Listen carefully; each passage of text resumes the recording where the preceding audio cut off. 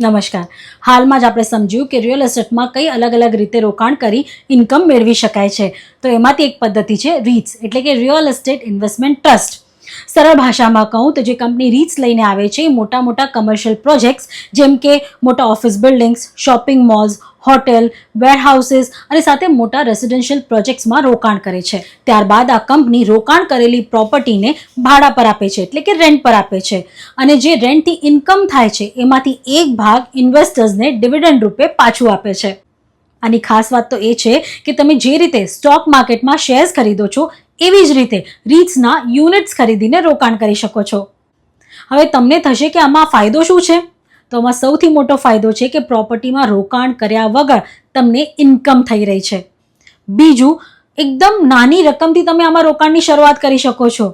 અને ત્રીજું, આમાં તમને રેગ્યુલર ડિવિડન્ડ ઇન્કમ મળે છે. પરંતુ જે રીતે બધા રોકાણમાં રિસ્ક હોય છે, આમાં પણ એટલું જ રિસ્ક છે. એટલે તમારા ફાઇનાન્શિયલ એડવાઇઝર્સની સલાહ લઈને જ આમાં રોકાણ કરવાનું રહેશે. તો આવી ઇન્ટરેસ્ટિંગ માહિતી માટે ફોલો કરો મિડ ડે ગુજરાતી અને રિયલ એસ્ટેટ ઓફ રિયલ એસ્ટેટને.